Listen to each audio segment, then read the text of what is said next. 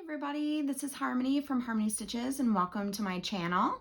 I appreciate everyone taking some time out of their day to stop by and chat with me about what I've been crafting this week.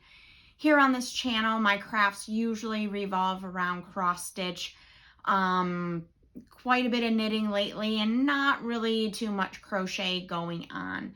At this moment, I only have one crochet project on the go, and it's a temperature blanket from 2019, and at this point I have no desire to work on it. So this week we have cross stitch and knitting and a project that I will be starting for a friend at church, and we'll talk about that last. So let's talk about the cross stitching first. On Sunday, my last video, I did the whip wheel spin and it came up Witching Hour by the Prairie Schooler. And I really thought that I could make some great progress on this for the week. I have the tree on the right done, the fence, the alphabet, the numbers and goodbye, some of these little orange things. I had a little bit done, and I was going to work on the tree on the left and start on the house. Well, then I heard back from a family at church. I asked them if they would like some of those hats. They're called Boneyard Sweethearts, which I think I showed you the yarn for last week. And they said yes. So since that is a timely thing, I did not get a lot done on this, but I got a little bit. So, a little bit. Here is where we're at the end of this week. I got several more strands put into the tree on the left-hand side from when I showed you on the video, and then I did start on the house. So I have almost the entire porch done. I put in the pumpkin, and that's as far as I got. This is stitched on 28 count Monaco, I think off-white or antique white with the called for DMCs. Because on Monday night when I got home from work, I caked up the yarn and I got started on the hats. Because there's only so much time between, and that was the 10th, October 10th, there's only 21 days between then and Halloween, and I wanted to get at least 2 hats done. So let me show you my progress on that. So not very much cross stitch this week at all, because this is a time sensitive project, this knitting. So the Boneyard Sweethearts pattern is adult, small, medium, large, no kid size. So what I did to get the kid size, and I'm hoping that they fit, was I took a pattern repeat out. This is crazy, and some people are probably going to cringe. I'm using the purple yarn. The purple yarn here is from lolodidit, and it's the yarn that the designer used, so I thought that was pretty lucky. The gauge that she has on the pattern is blocked and in color work. Well, I don't have any color work, but I do have a pair of socks. So I did check the gauge on my socks, and it matched what she said that you needed in the color work. So I knew it was going to be a little bit off, but I said, let's go with it and wing it because I need them smaller anyway. So I took a pattern repeat out. I went with the needles that she said in the pattern because that matched what I used for the socks. I hope that this is making sense to you. Basically, what I was doing is piecing bits of information together so that way I could quickly get started on this project. I really wouldn't recommend doing this if you were making a sweater. For that, you're really going to have to get measurements. And this is for the same family that I made the Christmas sweater for and the baby Christmas sweater for. And she did give me the measurements when I went to make his sweater. So I definitely do work toward gauge, but this was a little, like I said, time sensitive, and the pattern wasn't written for children's sizes. So, like I said, I stayed with the needles that were recommended in the pattern or what she used in the pattern to get gauge. I took out one repeat of the chart, of the color work chart, and I got started. So I cast on with the green. This is for a little girl. So I cast on with the green, made the background purple, and used the white Cascade Heritage. I don't think that they actually have names, but it's white. I think they just use color numbers. So this, from Monday night until Saturday morning, I worked on this and got it done. It will have a green pom-pom on the top, but I'm going to do the pom-poms last. So I hope that you can see it. I do believe that my floats are okay. They kind of seem kind of tight. But it's weird because I'm doing everything in my power to make sure that they are loose and stretched across the stitches, not bunched up, but you spread the stitches out on your needle and then float across. I'm doing everything in my power to do that. So there are some mistakes. There's a mistake here. It's only supposed to be 3 white stitches right above my finger, and I have 4. The rib cages are wrong. This is what the rib cage is supposed to look like. I have 2 of them. And then all the other 5 look like this. But when I was at the top of the rib, like at the shoulders, I wasn't going to rip back 4 rows to fix it. So I just let it go. And they're not going to notice. And the other thing about this, and I have no idea if I'm doing something wrong or if this is the nature of the pattern, but my hearts, that they go from the beginning of the row and then you finish them at the end of the row, right? So it's on the beginning of the row where they match up, and they're just off a little bit. And I don't know if that's just the nature of knitting in the round and trying to get them to match up, or if I'm doing something wrong. But you can always put that part in the back and no one will see it, but also, like, I don't know. And the very last heart, the one on the beginning of the round, at the top, I have no idea what I did. I mean, obviously that does not look like a heart. It's just a blob of white. I don't know what I did. So there are some mistakes. I'm hoping that the pom-pom kind of helps draw your attention away. But I love this. The color work is not that hard. Once you get going, then you're like, okay, this is what I have to do. And you can tell that it's building on top of itself.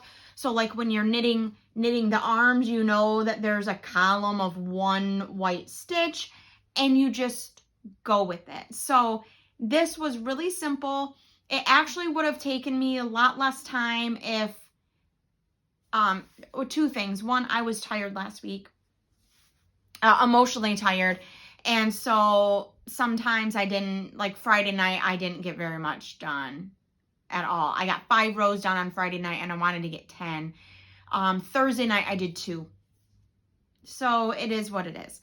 And another thing is I don't hold both colors in one hand. I knit with one color, drop it, pick up the other color, knit with it, drop it. And I know that's more time consuming, but I'm not comfortable holding them both in my hand. And I found another thing. I found that my yarn was twisting. So I had to devise a way to keep my yarn from twisting. So every time that I finish a color or finish the main color, which is the background of the skeletons, I have to pick it up and move it over top of the white. So I don't know if there's a faster way, or if what's going on. But the second hat, I started a hat for Big Brother last night, and it's going much more quickly. Is that right? Much quicker? Anyways, I'm knitting faster. So let me show you the progress on, oh, I dropped some stitches. Okay. Big Brother's hat. For Big Brother's hat, I'm doing straight up adult size off of the pattern with the recommended, or the, I keep saying recommended needles. They're not necessarily the recommended needles. The needles that are listed in patterns are the needles that the designer used to get the gauge that is listed in the pattern. You have to use the needles that you need to use to get the gauge listed in the pattern if you want it to fit. So they're not recommended, but we use that term a lot in the cross stitching craft. So, oh, I just lost my green. Okay. Okay, so also, this is the green. This is Cascade Heritage color 5722. And it is a hot mess. Not the yarn itself. The yarn is lovely. When I caked this bad boy up, and I'm like, wow, look at that perfect cake. And then I started using it, and it just kept exploding. Exploding out the top, exploding off the side, exploding out of the bottom. And so it keeps getting, like, see, there's something in there. So that keeps happening, and it's really aggravating me. So the quicker I get this hat done, the quicker I can recake it. So the next project I use with the yarn will go much better, because this is, I don't know what happened. Okay, so this is Big Brother's hat. I am about 45% done with the chart itself, which is 44 rows. I think I'm on row, 20. I think I finished row 20. So I'm just getting to the pelvic bone, the pelvis. So I just did the first row of the pelvis. I did swap the colors. I am dropping stitches again. My needles are a little bit too short, but if I use the other cable, then it's too long. You know what I mean? It's too long, and then the stitches won't wrap around it. So I'm kind of stuck on this one, kind of a little, so trying to show you all of it, it's kind of hard, but, so the green is the background, the white. I was thinking, well, there's not as much contrast as I thought there was, but then when I was outside in the natural light today, it was really good. So for this one, I did the purple on the bottom. It will have a purple pom-pom. So it will be contrasting. I do want to make baby one, but I think that the chart will be too tall for a newborn hat. And the baby will be almost a year old next year, so I'm not really sure.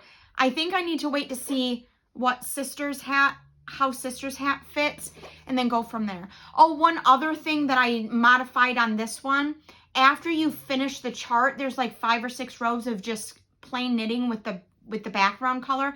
I only did 1 row and cut the rest of them.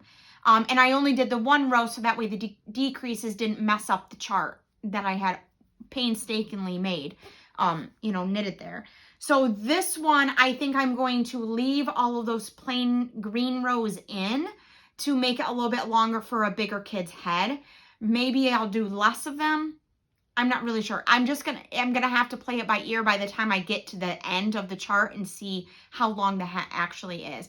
It's just a game at this point because I don't know, because I'm modifying it to make it for a kid. So I'm thinking that the adult small will be fine for Big Brother. It may not be like super tight fitting, with the negative ease, but maybe it'll fit better and better as the years go on. So I'm hoping that at least for Big Brother, this will be fantastic for years.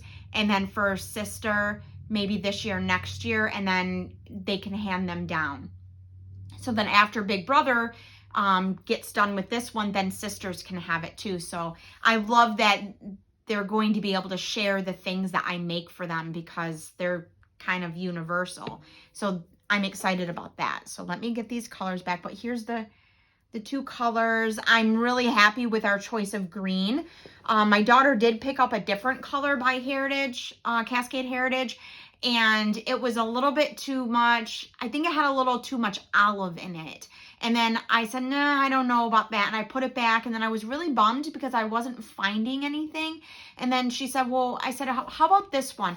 And I couldn't reach it. It was up higher than I could reach, and she got it down, and we're all kind of like, woo, that's it. And I'm really happy with that selection. Okay, let me set that over there.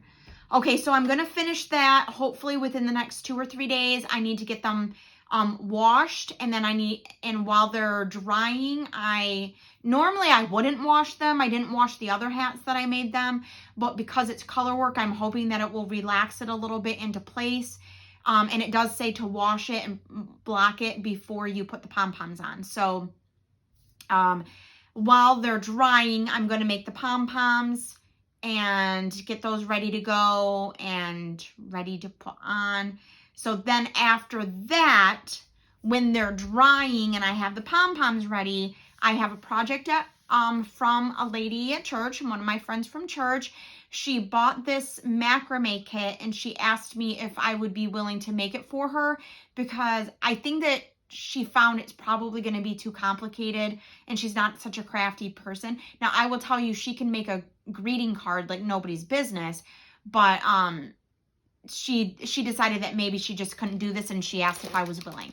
So I said yes. So she bought this plant hanger macrame kit, and it comes with instructions.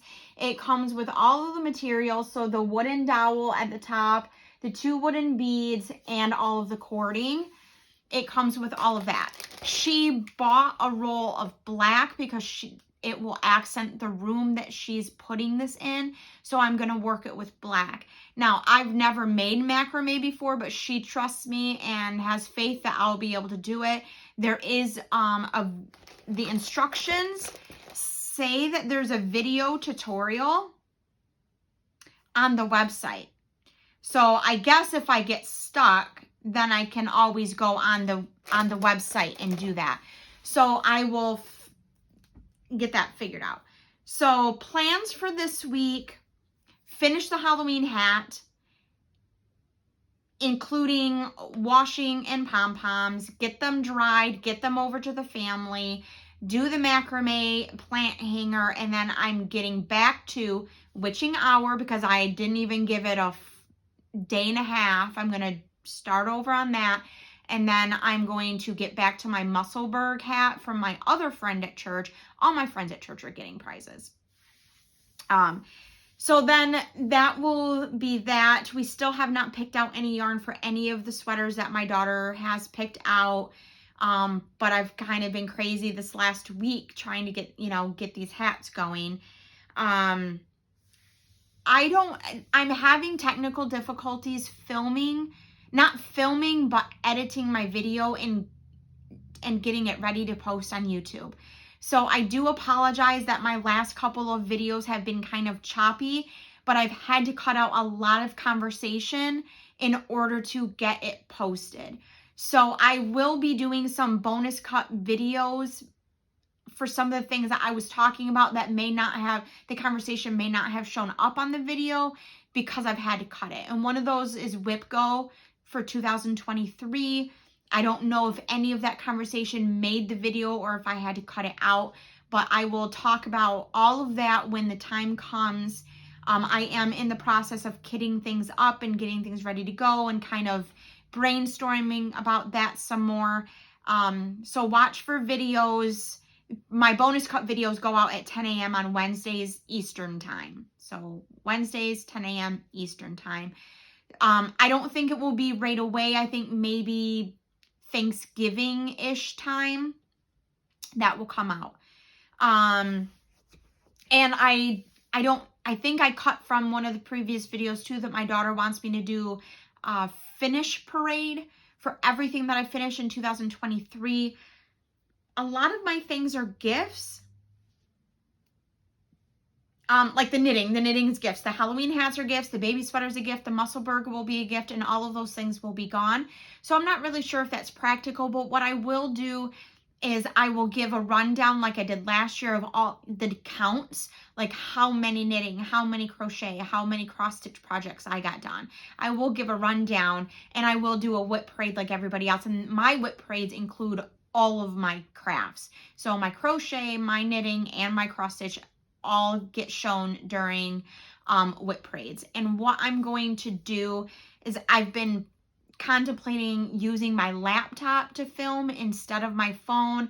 I was thinking maybe that will work, or maybe if I can transfer my video over from my phone over to my laptop, and then I can find some software to edit on my laptop. Maybe that will help, because so that way I don't have to cut up my conversation, because I thought I had some really good conversations going for you to tell you what's been going on the last 2 weeks, but my phone just really isn't handling anything above 15 to 20 minutes, especially with photos. So since I already have one of the Halloween hats done, I'm not including a photo for that. There's no photos necessary for the cross stitch this week. So hopefully this video will go up pretty easily. I may not be able to do the whip wheel spin videos, but maybe just include a photo from now on. I know it's kind of a bummer because the whip wheel is kind of exciting, but I hope that you guys will bear with me until I can figure out why all of a sudden my phone does not want to save my videos. So thank you again, everyone, for stopping by. I hope that you saw something to inspire you to try something new, or to pick up a languishing whip that you have at home, no matter what craft it is. And if you maybe have a feeling that I'm going to be able to show you something that you want to see in the future, stay tuned, subscribe. I do have 28 cross-stitch projects in the works, and with plans of many, many more. So I hope that you're willing to give me a second shot and come back next week. And until next Sunday, bye.